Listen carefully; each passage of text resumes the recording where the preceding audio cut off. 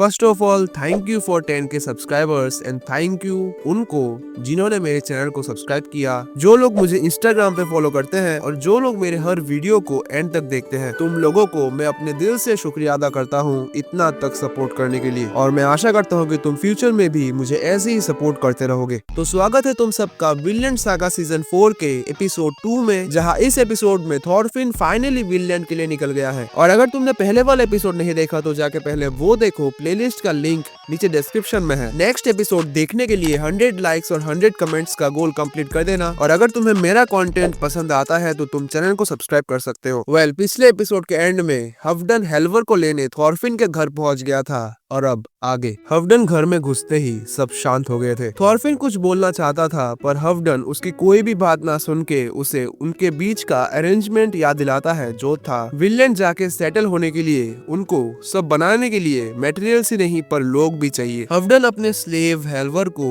वापस ले जाने लगता है और थॉरफिन कॉर्डेलिया AKA हेल्वर से पूछता है क्या वो उसके पास एक डिटर्मिनेशन लेके नहीं आया था। शायद थॉरफिन या कोई भी हेल्वर को आगे भी कॉर्डेलिया ही बुलाए, पर मैं इसे हेल्वर ही बुलाऊंगा। युल्वा बैकग्राउंड में बकबक कर रही थी। देन एनार हवडन से हेल्वर का प्राइस पूछता है, जिस पे हवडन कहता है 80 शिप्स यानी कि 80 भेड़। हवडन कहता है कि ये सबसे बेहतरीन स्लेव है जो उसके पास है। हेल्वर के पास अच्छी बॉडी है, वो 10 लोगों का काम भी कर लेता है, कभी भी हवडन का विरोध नहीं करता, और इसीलिए एक अच्छी प्राइस है। पर 80 शिप्स देना एनार और थॉरफिन के लिए इम्पॉसिबल था। हेल्वर उनको दिलासा देकर जाने लगता है कि उसको उसका प्राइस ऑलरेडी पता है और वो थॉरफिन को इसको लेकर और परेशान नहीं करना चाहता। देन थॉरफिन हवडन को 2 काउज ऑफर करता है। वो उनको बताता है कि वो भी एक स्लेव हुआ करता था, उसका काम था एक लैंड को क्लियर करना। उसने बहुत मेहनत की अपने फ्रीडम को वापस पाने के लिए और उसको मिल गया। एनार और उसने एक ही फार्म में काम किया है और हर दिन काम करने के साथ उनका फ्रीडम भी पास आता गया, जिसके कारण सिर्फ 3 साल में उन दोनों ने 5 से 6 फार्म बनाने लायक लैंड को क्लियर कर दिया, और ऐसा करते करते वो अपने काम में मास्टर बन गए। हवडन कहता है पर वो फिर भी उनका ऑफर एक्सेप्ट नहीं कर सकता। इस आइसलैंड में कुछ भी उगाने के लिए उनको मुश्किल तरीके से ही करना पड़ेगा, जिसके लिए उसको ऐसे स्लेव की जरूरत होगी। देन थॉरफिन उसे मुस्कुराते हुए पूछता है क्या वो विनलैंड में एक फार्म स्टार्ट करना चाहता है। हवडन कहता है कि सिर्फ ये नहीं कि वो अगर विनलैंड जाएगा तो वो हेल्वर को लाएगा, उसके पास और भी काम है। देन थॉरफिन कहता है कि उनके शिप में कम जगह है, पर वो एक ऐसे व्यक्ति को जरूर लेना चाहेगा जो 10 लोगों का काम कर पाए। हवडन जाते हुए कहता है कि वो इसके बारे में सोचेगा। युल्वा को विश्वास नहीं हो रहा था कि हवडन सच में इसके बारे में सोचेगा। थॉरफिन बताता है कि हवडन इस बात को सीरियसली लेगा, क्योंकि हवडन ने ये दिल में ले लिया है। उसे शायद हवडन को और भी विलेन के बारे में बताना चाहिए। हर चीज की शुरुआत तब होती है जब हम एक दूसरे से बात करें और समझ पाए। शिप डॉक में कुछ लोग चप्पू ठीक कर रहे थे शिप में लगाने के लिए, और गुडरीड वहाँ कार्ली को ढूंढते हुए आती है। कार्ली तो उसे नहीं मिलता, पर उसे ये पता चलता है कि हिल्ड ने इन शिप्स को ठीक करने में बहुत मदद की है। वो एक अमेजिंग कारपेंटर है जो कुछ भी बना सकती है। गुडरीड चलते और गुनगुनाते हुए सोच रही थी कि वक्त के साथ हिल्ड भी बदल रही है और शायद थॉरफिन को वो माफ कर दे। थॉरफिन बहुत ही कूल, काइंड और ऑनेस्ट इंसान है।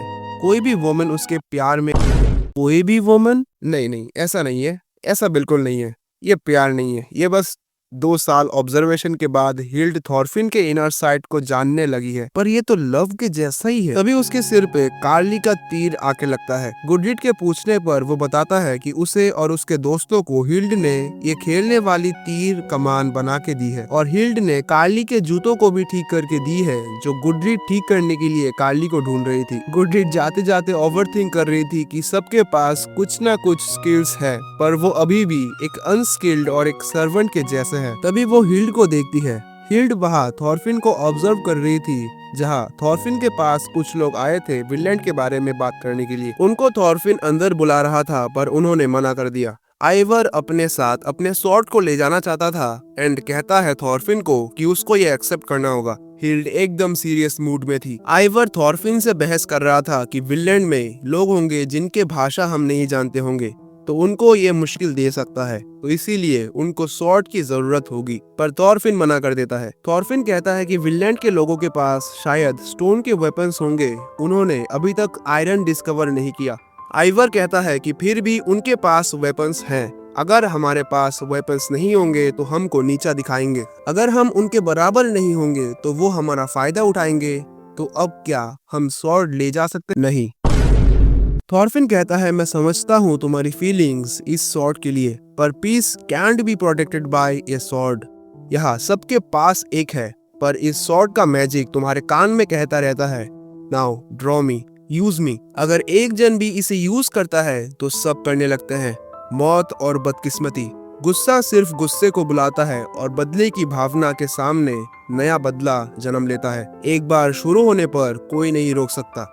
मैं ये मानता हूँ, पीस जो स्वॉर्ड के द्वारा हासिल की जाती है वो असली पीस नहीं है, और स्वॉर्ड का जादू है अपने चलाने वाले को भ्रम दिखाना। अगर वो विनलैंड में किसी भी विवाद में फंस गए तो वो किसी न किसी तरीके से बिना स्वॉर्ड के कोई ना कोई उपाय निकाल लेगा, पर अगर हम स्वॉर्ड ले जाएंगे तो हम उन्हें यूज करेंगे, देन इट्स ओवर। अगर हम ट्राई नहीं करेंगे तो हम जानेंगे नहीं। मैं सोचता हूँ कि अगर ट्राई करा तो वर्थ इट होगा। आइवर कहता है, अच्छा तो तुम लोगों को इकट्ठा करके ये एक्सपेरिमेंट करना चाहते हो जिसका परिणाम तय है। देन वो चले जाते हैं। देन हिल्ड खड़े होकर रेज में कहती है कि उसे ये पसंद नहीं आया।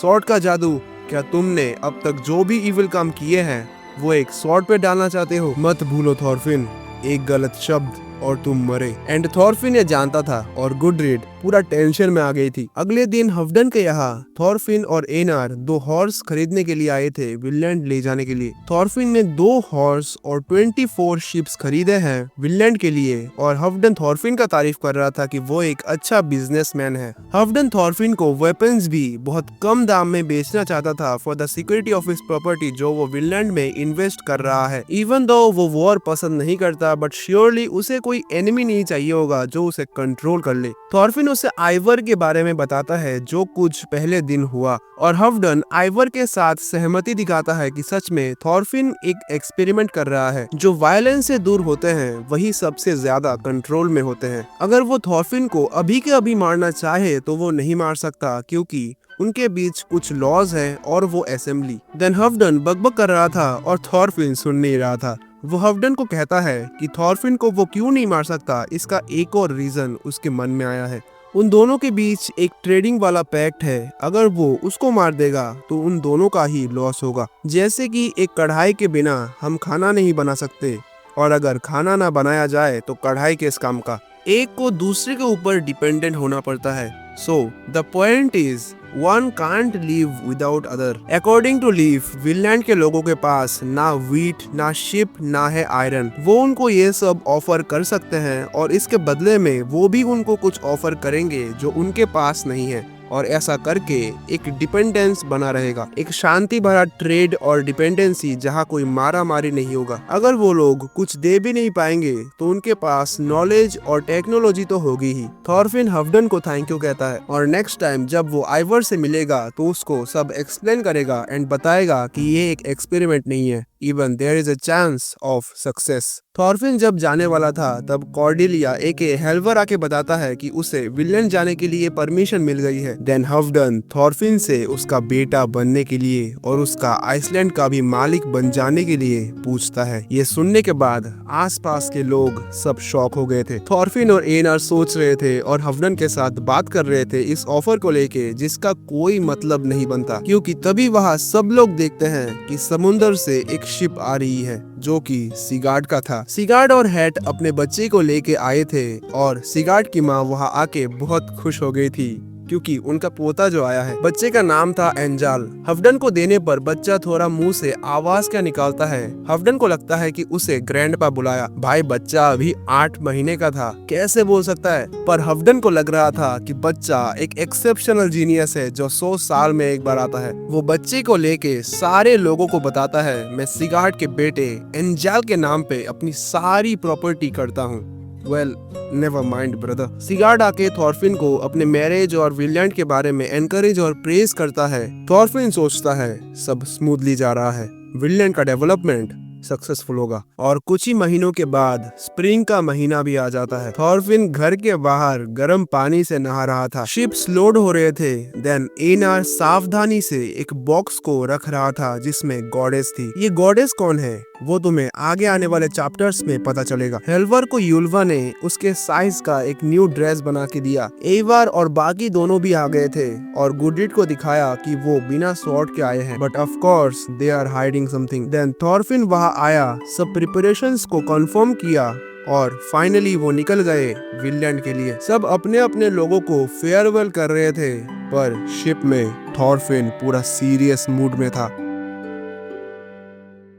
और एपिसोड 2 यही पे खत्म होता है और मैं आशा करता हूँ कि तुमको एपिसोड पसंद आया होगा। मैंने तुम लोगों के कमेंट्स पढ़ के ही इस एपिसोड को 10 मिनट का किया, बट यूजुअली इतने छोटे चैप्टर्स को 10 मिनट तक खींचना बहुत मुश्किल हो जाता है, तो इसीलिए ज्यादा चैप्टर्स कवर करने पड़ते हैं और इसीलिए ज्यादा टाइम भी लगता है वीडियोस बनाने के लिए। मैं मिलूंगा तुम सबसे नेक्स्ट वीडियो में, तब तक के लिए गुड बाय एंड पीस।